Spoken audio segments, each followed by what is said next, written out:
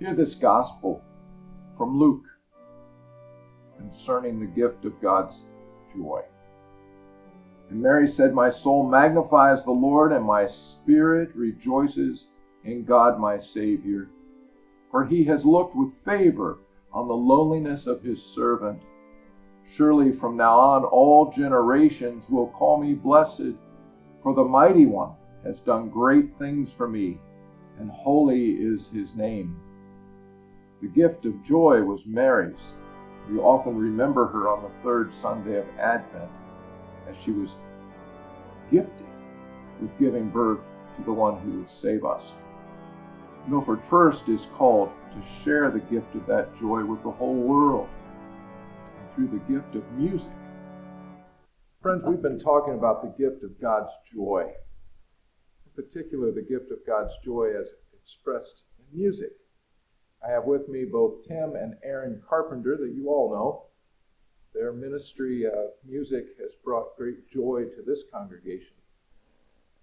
Tim, Aaron, how do you see the gift of God's joy and music as an expression of that joy? Well, traditionally, music has been composed in such a way that it inspires the emotion that it is intended to inspire. So if it's a light, joyful piece, it's up-tempo and higher pitched, faster, and if it's supposed to be meditative, it's slower music, longer notes, and our bodies actually respond to what we hear in the music, and emotionally we reflect what we hear. That is amplified when one is actually the performer of the music, and so the saying we use in choir is, "Those who sing pray twice." Oh, I like that. And isn't it wonderful to know that God designed our bodies to not only be the deliverers of that emotion, but the responders to that emotion. Exactly so. Exactly. So how do you find that with contemporary worship? Well, I feel it. When I get up there on Sunday morning, or even on Saturday for practice,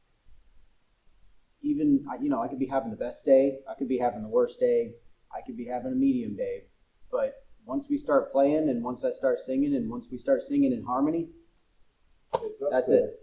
That's it. I feel it. More than once, you've excited the joy in me, and I go dancing across the room. And currently, our congregation still does not know how to handle that level of joy. But try it. It's a wonderful thing. So, where have you seen that joy expressed in others as music's come into their lives? Well, I've seen folks who have significant loss in their lives, experienced some very down, sad times, and sometimes it takes a while for them to find the emotional fortitude to come back to performing that music. But when they do, it's like a cleansing flood. It just cleans everything up, makes things better, and blesses them in a way that they were missing out on during that time of sadness. Yeah, like that balm in Gilead. Exactly. The same in the style of music you perform. Right? Well, and I see it every day, just like you do in the classroom. Right. Even when we're not playing about God and Jesus, it's just clear what music does to a person. Talk about that a little bit in your classroom. Yeah.